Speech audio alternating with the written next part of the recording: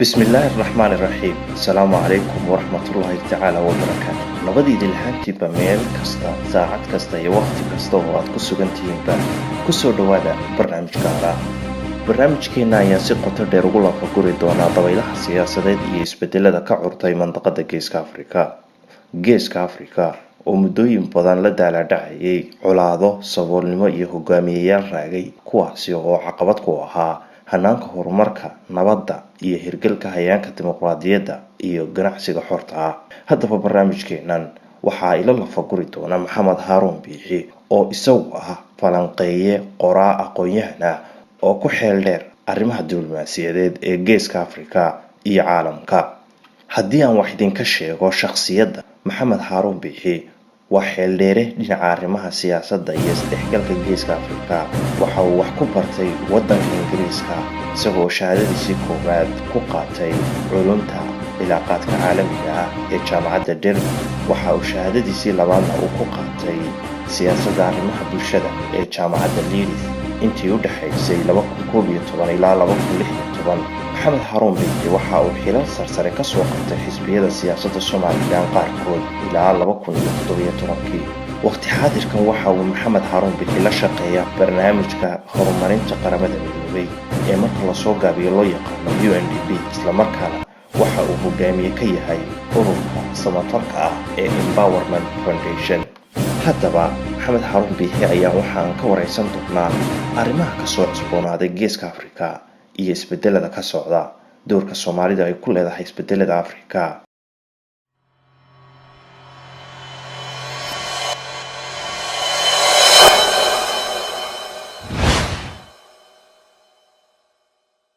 waa tahay Maxamed Haruun Biixi marka hore waxaan kugu soo dhaweynayaa barnaamijka ku soo dhawow baan ku leeyahay barnaamijka waa tahay walaal aad baad u mahadsantahay Mr. Sabuub Carab adiga iyo shabakadaadaba aad baan idin salaamayaa waanad ku mahadsantihiin inaad igu soo marti qaadeen barnaamijkan Maxamed Haruun Biixi maxay tahay ahmiyadda iyo muhiimadda Geeska Afrika ay koobsatay ee caalamku oo waqti xaadirkan u danaynayo anigu waxaan u arkaa walaal in sababta loo hadalhayo loo danaynayo ay tahay gobol muddo dheer ayaan daro ay ka taagnayd oo iyo burbur iyo dagaalno oo gobol lagu hoogay ahaa oo aad iyo aad u dambeeya in tii isbedel uu ka imanayo oo waliba wadamadii saaqidnimada iyo dagaalada iyo falxumada inteeda badan sababta oo ahaa hormoodka ka ahaa oo kow ka tahay Ethiopia oo ay soo raacaan maaragtay Soomaaliya iyo Eritrea iyo wadamadii saaqiday ee gobolka oo tala cusub ay ka soo muuqatay ayaa jirta meeshii wixii maaragtay la oran jiray dabkii baxaya dab lagu qabsadaa baana ku dhawowday oo mar haddii ay rajo ka soo muuqatay oo isbedel uu ka jiro in la daneeyo wax lala yaabo ma aha siyaasad ahaan iyo diblomaasi ahaan xagee bay u jahaysan tahay mandaqada Geeska Afrika wuxuu socdaa aniga si la tahay haddii isbedelka socda iyo injineeradii isbedelka hormoodka ka ah oo ay dawladda Ethiopia kow ka tahay sidii wax u doonayaan ay u shaqeeyaan gobolku wuxuu socdaa isdhexgal dhaqaale isu socod intii hore ka furfuran oo ka fudud iyo inuu maaragtay dhexdiisana wax wada qabsado caalamka kalena wax la qabsado taas uu socdaa aniga si la tahay Maxamed Haruun isbedelka ka hor filashooyinkii iyo dareenadii laga qabay maxay ahaayeen ee ka dhacay dalka Ethiopia waxa ka dhacay isbedel weyn oo aan la filayn in all accounts marka si kastaba dhinac kastaba laga eego isbedel weyn oo aan la filayn oo caalamkuna aanu filayn dadka Ethiopia-na aanay filaynin ba ayaa ka dhacay dhinacyo badan ayuu isbedelku ka dhacay ama uu saameeyay maxay ahaayeen Maxamed waxyaabihii ugu muhiimsanaa ee iska bedelay Ethiopia ee uu la yimid Dr. Abiy Ahmed isbedelkaasi saddex arrimood baa ugu muhiimsan mid waa midka siyaasadda midna waa midka dhaqaalaha midna waa midka isu soo dhaweynta wadamada gobolka saddexdaas amuurood oo si isugu wada xidhan oo midkoodna ka kale la'aantii aanu socon kareyn ayaa ka socda waxaana sabab u ah oo creditkeeda iyo mahadnaqeeda iyo ammaanteedaba leh haddii ay shaqaysana taariikhda ku geli doono baaldahaba ka geli doona hogaamiyaha dhalinyarada ah 41 jirka ah dhalinyarada marka aan leeyahay waxaan u jeedaa wuxuu ugu yariyay hogaamiyaasha gobolka ma guud ahaan qaaradda oo dhammaantood dad wada gaboobay ayuu ugu yariyay isagu 41 jir wuxuu qaaday muddo kooban gudahood siyaasadii emergency-ga ahayd ama degdega ahayd ee lagu xukumayay Ethiopia birta xadiidka ahayd ayuu completely laalay dhaqaalihii liberal economic politics waxa la yidhahda uu la yimid oo siyaasad furfuran oo xagga dhaqaalaha buu la yimid. waxaa kaloo uu bilaabay inuu wadamadii gobolka la heshiiyo. marka isbedelkaa weyn intaa leeg oo ay ku jirto in maaragtay political reform uu sameeyo oo dib u habeyn siyaasi uu sameeyo wax la filayay oo sinaba loo maaragtay dareemi karayay ama la saadaalin karayay dhowr bilood ka hor ma ahayn. arrintaasina waxay samaysay waxaan yidhahdaan afka qalaad spill over oo in firidkeedii iyo finfiniinkeedii uu gaadho wadamada la jaarka ah ayay keentay. waatan Ethiopia iyo Eritrea oo si macno la-aan isu dilayay muddo dheer ay heshiinayaan. 100,000 oo qof baa kaga dhintay dagaalkii 1998kii bilaabmay. maxamed, haddii aan dib u milicsano, maxay ahaayeen waxyaabihii dhex yaalay ee ay isku hayeen Ethiopia iyo Eritrea? inta badanna dadku waxay sheegaan in xuduud la isku hayay, laakiin runtu waxay tahay inaanay xuduud arrinta ay ka fog tahay. iskhilaaf shakhsi ah oo iyo isdiido shakhsi ah oo Afwerqi iyo ninkii dhintay Sanaawi u dhaxaysay iyo maartay kibir ayuunbaa dagaalkaas lagu hoobtay keenay. kiina maanta marka hadii leadershipkii nimankii isu soo urayay midkood uu meesha ka baxay completely wuxuu u isbedelay sababtoo qadiyad la iskuma hayn shakhsiyaadkun baa sidooda isu diidanaa. waa taa maartay xuduudii la isu furay. dadkan oo dad aan kala maarmayn ah waa kuwa isu maartay socodkoodii bilaabay, dhaqaalahoodii bilaabmay, dib isugu furmeen. marka arrintaasi arrin ballaaran oo gobolka maanta Ethiopia wax weyn ka bedeshay mustaqbalkeedii way tahay. gobolkana wax weyn ka bedelaysa. July baan anagu tagay wadanka Ethiopia, dadka la sheekaystay caadiga ah runtiina ididiilo weyn ayaa ka muuqatay dadka. markii ugu horeysay ididiilo inta leeg aan ku arko dadka Ethiopiaanka oo ay si open ah xor ah fasaxa uga hadlaan siyaasadda oo ay cid ay doonayaan dhaleeceeyaan, cid ay doonayaan amaanaan. markii ugu horeysay Ethiopia ku arkay ahayd. maalin kastana way soo kordhaysaa sida ka muuqato. dadkii waa wadankii dib ugu soo noqonaya, dhaqaalihii baa dib u furmaya. nabadda iyo democracy-ga iyo sharcigu inuu shaqeeyo oo dhaqaalaha la furfuro, siyaasadda la furfurana dadka wadankaasna dambaa ugu jirta, dadka la jaarka ahna dambaa ugu jirta, dadka soo galaya wadanka ee investorska ah ee dhaqaalaha maal gashanayana dambaa ugu jirta. waana arrin maaragtay aan filayo inay wanaag badan u keenayso wadankaas iyo gobolkaba. waa tahay Maxamed, Ethiopia iyo Eritrea waxa ay soo afjareen darbiyadii colaadeed ee muddada badan dhex yaalay. heshiiskaasi saameyn intee leeg ayuu ku yeelan karaa dalalka Geeska Afrika iyo dowladaha shisheeye ee daneeya siyaasadda manطقada Geeska Afrika? uu ku yeelanayaa heshiiska Eritrea iyo Ethiopia dhex maray uu ku yeelanayaa oo dowladaha manطقada iyo kuwa ka fogba uu ku yeelanayaa. sidaan markii hore bay haddii sida loogu talagalay uu shaqeeyo wuxuu ku yeelanayaa saameyn positive ah ama hagaagsan ayuu ku yeelanayaa. maalintii dhaweyto 14 bishan waa kuwii ku dhawaaqay heshiiskii isdhexgalka dhaqaalaha ee gobolka Horn of Africa Economic Integration Agreement-kii waa kuwii ku dhawaaqay. economic integration kuna ma imanayo haddii aan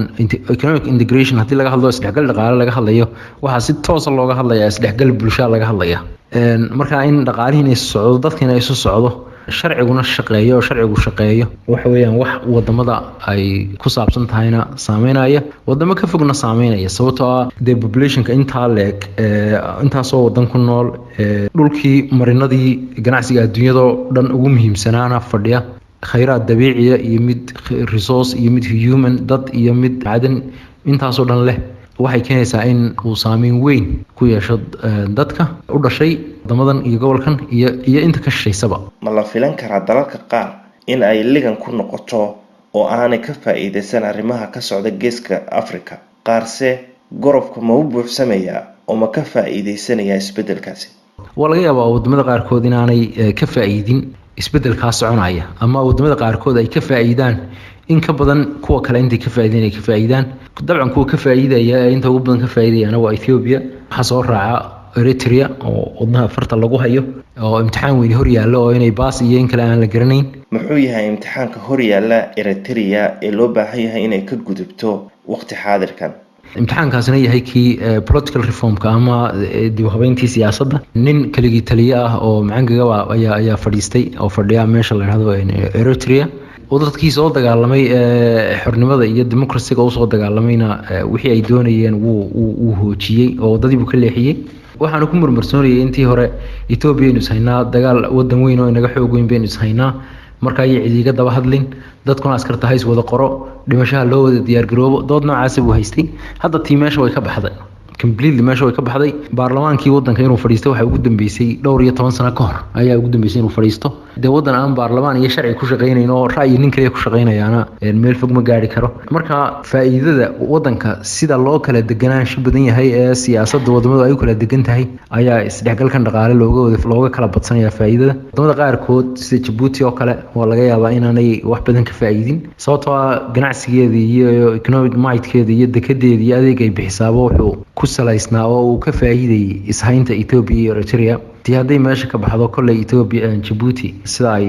dadka oo dhan tilmaamayaan waxbay ku luus garaynaysaa ama ku waayaysaa laakiin dee calal cumuum marka la isku soo duuduubo isu socodka iyo nabadda iyo furfurka dhaqaalaha iyo ganacsiga cid kasta faa'iido ugu jirta waa tahay Maxamed meelihii kale oo dhan horumar ayaa laga sameeyay iyo isu soo dhawaansho dhinaca nabadda iyo isdhexgalka oo dalalkii muddooyinka badan colaaduhu dhex yaalay ay ka abuurmay dhexdooda Djibouti iyo Eritrea ma la filan karaa in geeska Afrika waji kale ay u yeesho si kale haddaan u dhigo qalalaase ma keeni kartaa arrintaasi waa dee su'aal la isweydiin karo Djibouti iyo Eritrea meelihii kale horumar baa laga sameynayaa arrintoodii maxaa ku dhacay khilaafaad cusub isee ma ka abuurmi karaa oo gobolka Qasr ma ka bilaabmi karaa waxaan leeyahay su'aasha hore ee ah Djibouti arrintoodii dee horta si lama filaana waa kuwii September ay uga gaareen heshiiska ay ku dhawaaqeen inay sameeyaan normalization of relationship waxay ku sheegeen ama caadiyeynta cilaaqaadka inta badan dawladdu iskaga dhawaaqaan ilaa iyo ay wax la taaban kara ka gaaraan waxyaalihii markii horeba cilaaqaadka xumeynayay waxa la fahamsan yahay in Eritrea iyo Djibouti arrintooda ay meel wanaagsan marayso horumarna laga sameeyay wadamada gobolka ee sida Ethiopia oo kale iyo dawladda Soomaaliya lug bay ku leeyihiin wadamada gobolka sida Saudi Arabia oo kalena lug bay ku leeyihiin heshiiskan cilaaqaadkan caadiyeynina ma la iska oran karo iyadoo aan wax la isla gaadhin Antonio Guterres ninka General Secretary ah United Nations kuna isna uu taageeray oo aad iyo aad buu soo dhaweeyay laakiin hadda wax badan oo ka soo kordhay kama hayno waa la wada eegayaa waa la sugayaa Djibouti waxay u egtay inay somewhat loser tahay marka la eego arrintan inay si weyn u xuluus gareynayso marka la eego isu dhawaadka Ethiopia iyo Eritrea laakiin guud ahaan arrintii nabadda iyo wixii isku hayeen ma filayo in de gobolku uu shaqeynayo iyadoo wadamada qaarkood wali ay xaalad dagaal ku jiraan ma shaqeynayso marka waa la filayaa inay wax badan iska bedelaan iyada qudheeda wax dhibaato ah oo hor leh oo colaado oo ka bilaabmaya isbahaysiyada iyo heshiisyada gobolka ka jirana ma jiraan sababtoo ah wadamadii colaadaha shidi jiray ee jabadaha kala hubeyn jiray ee biyo hoostooda iska hirdii jiray haddii iyaga heshiiyaan dee cid weydaaranayso oo wax qasi kartaaba ma jirto sida muuqata haddii aynu Soomaali iyo arrimaha dhex yaala aynu dib ugu noqono waqtiyadii u dambeeyay Somaliland waxaad mooday in ay gashay go'doon siyaasadeed iyo mid dhaqaale is-afgaradka ka dhaxeeyay Somaliland iyo Soomaaliya ee la xiriiray arrimaha dhaqaalaha waxaad moodaa in isfahan la'aan ay ka jirto arrimahaasi sidee ayaad u aragtaa adigu Maxamudow ana waxaan isleeyahay taas ma jirto qorshe ay ku wado oo dawladda Soomaaliya dejisay oo ay leedahay maatay Hargeysa saa ku yaal oo strategy uga qoran oo uga meel yaala ma jiro laakiin de arrinta la tilmaamayo waxa weeyaan xiriirka ay dawladda Soomaaliya la yeelatay Ethiopia iyo Eritrea xiriirkaasi natiijadiisu way noqon kartaa mid taas aad sheegaysa keenta cunaqabateyn dhaqaale iyo mid siyaasadeed runtiina marka runta loo hadlo imikadan lafteeda iyo 20 sano ee dhaafayba automatically Somaliland iskaga jirta cunaqabateyn siyaasadeed iyo mid dhaqaaleedba oo aanay dawladda Soomaaliya saarinba ay iskaga jirtaa oo ah in loo arko gobol Soomaaliya kamid ah taasna in lagu arko inaad jirinna cunaqabateyn ka weyn ma jirtaba meenan Maxamed oran karin haddii dawladihii ay aadka isugu dhaweeyaan saaxiibka hayeen Somaliland sida Ethiopia oo kale ay sameeyeen dib u gurasho siyaasadeed heshiiskii saddex geesoodka ahaa ee ay ka dhawaajiyeen in dalalka saddexda ah madax banaanidooda ay ka muuqatay in Soomaaliya ay gacan ku leedahay heshiiskaasi arrimaha dhacay ee geeska runtii anigu ma arko waxay dawladda Soomaaliya ku wado toosa waa sidee ay u badan tahay ama waa hubaalba in cilaaqaadka ay la yeelanayso wadamada gobolka uu natiijadiisu ay noqonayso in ay dhibaato siyaasadeed iyo mid dhaqaale oo intii hore ka badan ay ka soo gaadho xukuumadihii isdhaxlay ee Somaliland may meel mareen heshiisyadii Khaatumo welina waa qabyo isbedelo siyaasadeed dhaqaale bulsho iyo awoodeedba saameyn miyaanay arrimahaasi ku yeelan karin Somaliland sidee bayse ay u maareyn kartaa arrimahaasi? dowladdu heshiiskii qaatona may fulin gobolka waxaan ka socdana qorshe uga meelya loo muuqdaa ma jiro. yes waan kugu raacsanay labadaba. sidee bay u maareyn kartaa su-aashu weeyaan saad u dhigtay. haddii khaatumo iyo beelaha kale ee somalilan dhexdeeda isdiidooyinka ka dhex jira iyo waxyaalahaas aanay xallin karayn amaba aanay doonayn inay xallisaba sida hadda ka muuqata maamulkan muuse inaanay wax tallaababa u qaadayn arrimaha guriga in gudaha laga hagaajiyo in haddaan wax tallaabaa loo qaadin dee waxba ma soconayaan. intaanay cidibo kusoo gaadhin iyo culays khaariji iyo culays goboltoona ayaabad gudaha ka burburaysaa sida muuqata. taana wax tallaabo oo loo qaaday ma jirto waa run. haddii ay jirto sidee loo maareyn karaa xidhiidhka gobolka? dee lama maareyn karaba waxaanad moodaa inay qaateen maamulka hargeysa jooga iyo dowladda hargeysa joogta sidii kuwii ka horreeyay ay yeeli jireen oo kale inay yeeleen oo ah in halista jirta laga soo qaado waxaan jirin oo kale oo la isdhigamariyo. dee markay mushkiladi hor taallana ama dhibaata ay jirtana waxa looga baxa war maxaynu ka yeelnaa ma ka hortegi karnaa. haddii laga hortegi karo haddii aan laga hortegi karin si kale ma ula noolaan karnaa ama mawjada ma isu raacin karnaa ayaa looga gudbaa oo faceka labadii midna ma socdo because dee laysbaba weydiinayaba ayaa wax naga qaadi kara iyo maxaana la yeeli karaa iyo inta hargeysa lagu qayilo ayaa deedna laysmoodayaa maaragtay in adduunyadii oo dhan intaa qayilaada lagaga sheekeynaya ay tahay. anigu waxaan arkaa in meesha khasaare kasoo socdo sida wax loo wadaana ay qoladan hadda joogtaa wax wadaana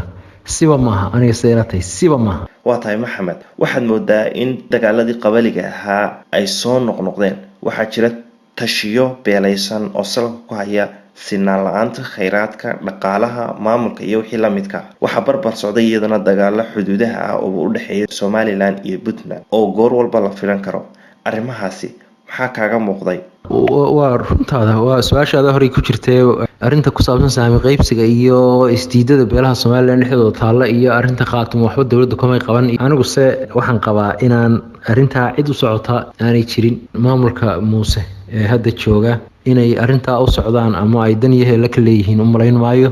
mararka aan arko isagoo ka hadlaya madaxweynuhuna sidaa uu uga hadlaa si muujinaysa inaanu arrintaa danayneyn un weeye. dowladdii soomaaliya wixii loola dagaalamay ee loola diriray wuxuu ahaa intii da-du ku sintay way garanaysaa waxay ahayd uun wixii dadka ka dhexeeyey dowladdii soomaaliyeed ayaa tala nin ku ururtay oo hal beelina ay si aan gar ahayn uga faa'iidaysanaysaa. doodu intaasun bay ahayd. awooddii o dhan baa meel ku wada ururtay economic benefitkii iyo powerkii wadanka oo ku ururay nin iyo ilmaadiradii iyo reerkooda kusoo ururay ayuunbay ahayd wixii looga kacay ee loogu kacay. tii exactly iyadoo sideedii bay ka jirtaa. dhaqaalihii wadanka militarigii iyo nidaamkii justiceka ee cadaaladda iyo maxkamadaha iyo sirdoonka iyo hogaankii guud ee siyaasadda intaasaa ku wada ururtay in maaragtay isku jifa ah waana wax loogu talagalay wax si accident isaga dhacay ma aha. marka sidaa la sameynayana anigu runtii waxaan u arkaa uun in doonayo in mashruucan somalilan iyo dadkan gobolkan degan operationkooda iyo ujeedada dheer ay leeyihiin la baabi'iyo oo la khasaariyo oo layska horkeeno in looga jeedo umaan u arkaa ee wax dan u keenaya weyn oo maaragtay la odhan karayo dadka xitaa isku beesha kasoo wada jeeda ay xitaa beesha ay kasoo wada jeedaan ay wax ugu tarayaan xitaa ma aha. waa wuxuun la doonayo in somalilan lagu baabi'iyo dadkeedu ay iskaga hor yimaadaan. qofkii aaminsan in ay taasi iska dhacday oo aanu dareensanayn muusena anigu ma aaminsani. waxa meeshaa ka socdaana wuxuu weeyaan uun jas in meeshaa ay foolxumo ka dhacdo oo dee lagu sii kala fogaado uun. tan ku saabsan khaatumo lalama hadlinna waxa weeyaan uun taa kale aynu sheegin bay qayb ka mida tahay. maamulka wax danaynaya ee wadanka doonaya inuu isku hayo ayaa waxaasoo kale dabageli lahaa laakiin taasi aniga hadda iima muuqato. sidaa darteed ayaan aad iyo aad uga niyad jabsanahay jihada ay somalilan u socoto. waa laga yaabaa assessmentkaas in qof dee dan gooniya kale uu igu diido oo uu ka hor yimaado laakiin dee runtu somalilan maanta taalla waa taa. siyaasadda arrimaha dibadda somalilan ma is odhan kartaa waxaa saameyn taban ku yeelatay doorashooyinkii lasoo dhaafay ee ka dhacay wadanka? may saa ma qabo. siyaasaddii arrimaha dibadda waxaa fadhiidiyey doorashadii dood meelo badan aan ku maqlay laakiin anigu ma qabo. runtu waxa weeyaan somalilan run laysuma sheege wadan waxaan ku noolahay runtii arag darayso daadihii la yidhi been waxa lahaa gaariye meeshuu ka hadlayana china may ahayn americana may ahayn ethoobiana may ahayn waxay ahayd halkaa bugcadda itixaaman bay ahayd somalilan la yidhaahdo hargeysa la yidhaahdo. runtuna waxa weeyaan wuxuu markuu wax jira uu shaqaynaya la yidhahdaa wuu fadhiiday ama uu dheereeyey laakiin dee somalilan siyaasad arrimo dibadeed mabay lahaynba manay lahayn siyaasad arrimo dibadeed oo shaqaysaana ma jirto horena umay jirin haddana ma jirto. marka sabab loo yidhahdo waxbaa fadhiiday anigu ma qabo. ma jirto wax fadhiiday horuu fadhiid isaga ahaa fadhiid maaha aanu jirinba fadhiidku ma ilin waa la kicin karaa maba jirinba marka anigu taasaan u arkaa wax kasta in sida uu yahay loo sheegaa fiican talabaad ee khaladka weyn ah aan anigu arkaa waxa weeyaan maalmo dhaweyta waxaan maqlay iyadoo leeyay meeshii waa la xidhay arrimaha dibadda mar haddii faratoon loo magacaabay khalad aad iyo aad u weyn weeyaan hadalkaas faratoon waxa uu muxuu qaban jiray kuwii ka horreeyay maxay qaban jireen muxuu qaban jiray sacad muxuu qaban jiray maxamed cabdilaahi muxuu qaban jiray hebel kaa doonta soo qaad maxay qabteen dhowr iyo 20 sano intaasaa isbedeshay hal wax oo ay qabteen mid garanaysaa jawaabtu waa may aniga say ila tahay meeshan budgetka yar ee lagu magacaabay meesha lagu bixiyana ninka joogun baa ku dhoofdhoofo oo isticmaala oo Addis Ababa iyo London iyo meelaha ku tagtaga oo iska soo noqnoqda kolba muddadiibana marunba laga yaraa hadlaa la yidhahdo caalamkii oo dhan baan la soo hadalay oo arrinteenu meel fiican bay maraysaa albaabadii oo dhan baa laynoo furay intaasunbu ayuunbu yidhahdaa intaana ma filayo qof aan qaban karin inuu jiro intaa qof aan samayn karayni inuu jiro ma filayo faratoon intaa wuu samayn karaa hebel kale oo kasii dambeeyana wuu samayn karaa xataa bal islaanta ariga la joogta iyo odayga geela ku raacaya bahashi ayaa xitaa intaas samayn kara marka in la yiraahdo meeshii faratoon baa la geeyo waxa weeyaan way xidhmaysaa ma aha sababtoo hore isaga xidhnayd kuwii ka horreeyay wax ma qaban jirin isna wax ma qabanayo marka wax farqi ma jiro ma aha in kuwii hore laga dhigo in shaqo adag hayeen oo ay shaqadaas shaqo ka culus faratoon tahay ma aha waa hadal la iska yidhi oo loo midaandayn weeye Somaliland siyaasadda arrin dibadeed horena uma lahayn haddana ma laha wax arrimo dibad ku saabsan oo ay Somaliland doonaysaana ma jiro intan la yiraahdo aqoonsi baa la doonayaa dadku baa loo sheegaa siyaasiyiintu way ogyihiin aqoonsi ay ku maqan yihiin inaanu jirin wadadiisina aanay haynin talana aanay kala hayn waa la iswada ogyahay way ogyihiin laakiin shacabku ma inta loo sheegaa mana qabo inay maartay saas sax tahay khasaaraha meesha ka dhalanayana waxa loo dhaafayaa oo caruurteena iyo caruurtay sii dhalaan ayaa loo dhaafayaa khasaarahaas haddii run loo doonayo oo lillaahi loo jeedana waxay ahayd in maartay Soomaaliland wax garadkeeda ay isugu yeedho albaabada la isu xidho oo la yiraahdo war waxaan sidan ku shaqayn maayo oo ma shaqaynayo in sugnahay wada kale oo in wax marin karna oo tii hore ka duwan 27 sano ma jirtaa ma jiri kartaa la yiraahdo taas xalka ugu dhow iyo siyaasadda ugu dhow halkaas ay ka soo bixi lahayd laakiin imkasan ay tahay siyaasadda hore way jirin haddana ma jirto Mr A iyo Mr B oo la isku bedelayna wax farqi oo ay soo kordhinaysaa ma jiro saas baan u arkaa anigu